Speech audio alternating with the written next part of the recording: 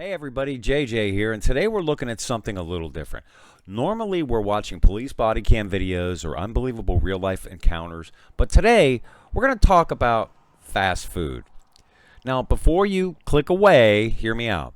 I think there's a reason this topic resonates with so many people, especially if you're a Gen Xer like me. Let's get into the video.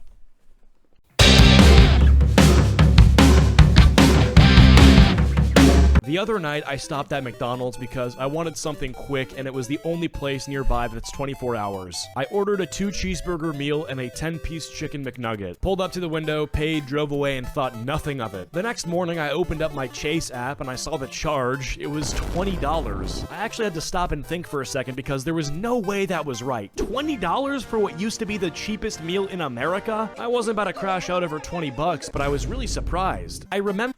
Sticker shock is a big part of our lives now, isn't it? Sticker shock on fast food. Remember when McDonald's was the place you went because you were broke? Now I'm spending 20 bucks on 2 cheeseburgers and some nuggets? This wasn't enough to truly anger me, but it was enough to send me down a bit of a rabbit hole. I did some research and I learned pretty quickly that this is not just happening at McDonald's. Fast food is becoming ridiculously expensive. And as for why this is happening, the answer goes far beyond inflation and wages. In this video, I want to talk to you guys about the downfall of fast food. If you happen to be new here, please consider subscribing. My goal is 200,000 subscribers before the end of the year. I think we can do it.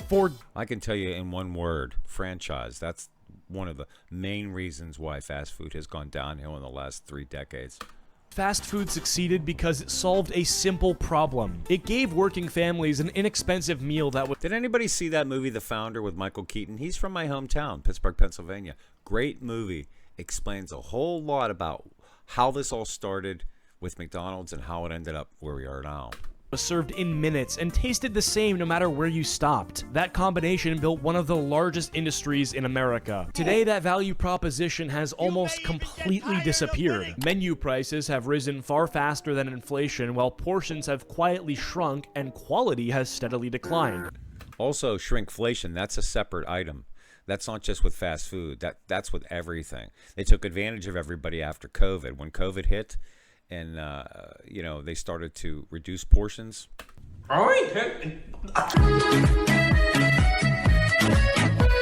Customers are paying more than ever before, even though the experience often feels worse than it did 10 years ago. At the very same time, the companies behind these brands continue reporting billions in revenue, spending billions on stock buybacks, and expanding loyalty programs that encourage customers to spend even more. None of this happened overnight because the industry spent decades changing what it optimized for. Fast food was once built around serving customers as cheaply and efficiently as possible. Today, it's built around maximizing shareholder returns. Look, I get that it's weird and it's like super American to make a video called The Downfall of Fast Food when we're talking about food that is objectively terrible for you. Like, maybe it's good that people aren't eating as much fast food as they used to, but in this Because it's even worse than it used to be anyway. circumstance, it's because no one can afford it. It's like praising someone for losing weight, but the lost weight is because they can't afford groceries. But this is missing the point. Like, the dream was that you had 10 bucks in your pocket, you knew that you could get a meal without thinking twice about it. But here's just a few examples of things that have changed. First off, the prices doubled. Over the last decade, the cost of most McDonald's menu items has roughly doubled. A meal that once cost $8 or $9 can now easily cost $15 or $20. The dollar menu disappeared. One of Remember the dollar menu? McDonald's biggest selling points was knowing exactly what a dollar could buy. That iconic menu slowly disappeared and was replaced with higher priced, quote, value menus that offered far less value than the original. The portions got smaller. Customers have spent years complaining that burgers look smaller, fries aren't filled like they used to be, and meals simply don't feel as satisfying despite costing significantly more. The whole experience is now automated.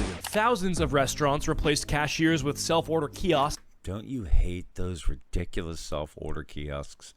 I hate them. creating a faster and cheaper system for the company, but one that feels far less personal for the customer. The app is kind of mandatory now. The McDonald's Rewards app now has over 150 million active users worldwide. Instead of simply offering everyone low prices, many of the best deals are only available through the app. So they're just rewarding the people who use the app while making everyone else pay full price. Alright, so the elephant in the room is obviously that prices have doubled, but what actually caused them to double, and more importantly, does that even make sense? McDonald's will tell you that inflation is responsible, and to be fair, inflation absolutely played a role. Since 2014, overall consumer prices in the United States have increased by roughly 35%. Beef costs more, utilities cost more, rent costs more, labor costs more. Running a restaurant simply costs more now than it did 10 years ago. But here's where the numbers stop adding up. If inflation increased by about 35%, why did McDonald's menu items increase by 100% or more? Greed. Double that cost $1.19 in 2014 now costs around $3.19 in many locations. Insane. A quarter pounder with cheese meal that costs $5.39 now costs roughly $12. And the shit's not even that good. That is not inflation. These prices are increasing roughly 3 times faster than inflation. So then people point to wages. The federal minimum wage is still $7.25 an hour. It's exactly where it was in 2009. While many McDonald's workers earn more because of state minimum wage laws and competition for labor, Mostly in blue cities.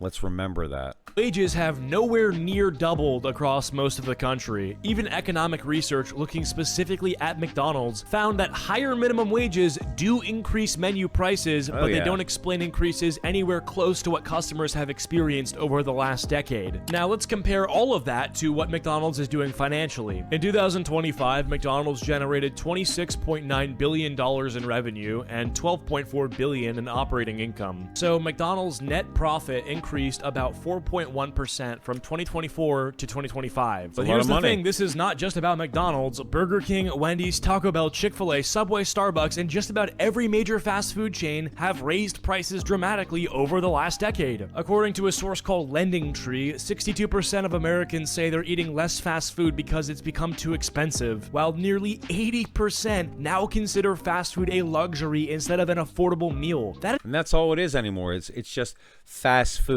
It's not good food. It's not cheap food. It's just fast food.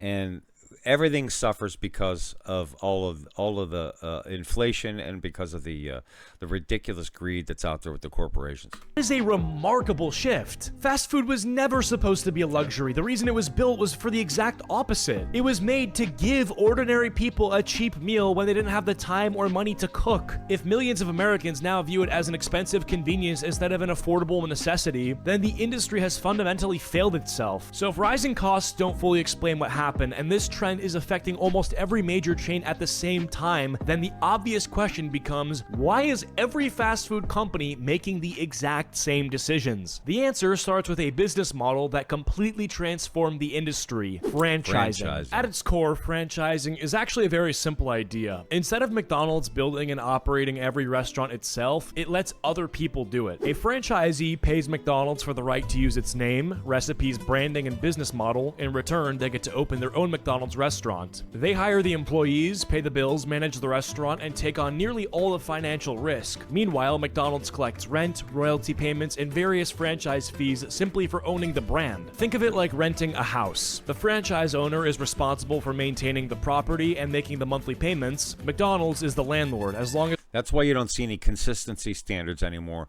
between these fast food chains. You know, they don't uphold the same standards as the originals do.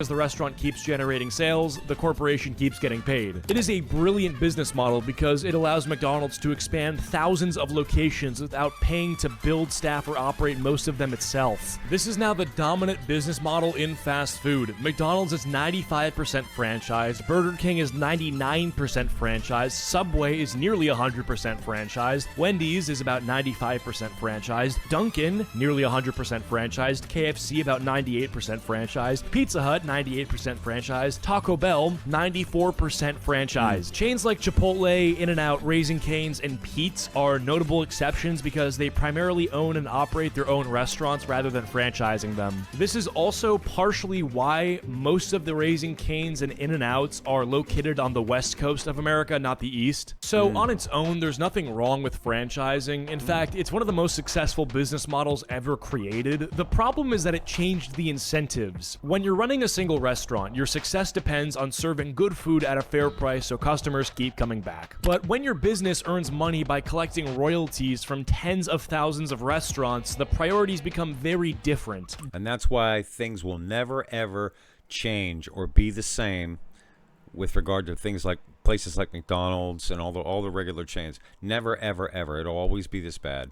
Growth becomes the goal. Opening another 1,000 locations becomes more important than making the food a little better. Convincing customers to spend $1 extra becomes way more valuable than saving them one. Pretty much every small price increase gets multiplied across millions of transactions, and every tiny improvement to profitability gets multiplied across thousands of restaurants. McDonald's proved that this model could generate extraordinary profits, and the rest of the industry just followed along. Maybe this is just the natural life cycle of every great company. You build your reputation by offering the best value you can, you grow into an industry giant, and then somewhere along the way, the focus shifts from earning customers to extracting as much as possible from the ones you already have. If that's true, then the downfall of fast food won't be caused by one bad decision, it will be the result of 1,000 small ones. And that's pretty much how one of the greatest business ideas in American history slowly became a shadow of what it used to be. You know, folks, I opened this video by joking that a crime had been committed.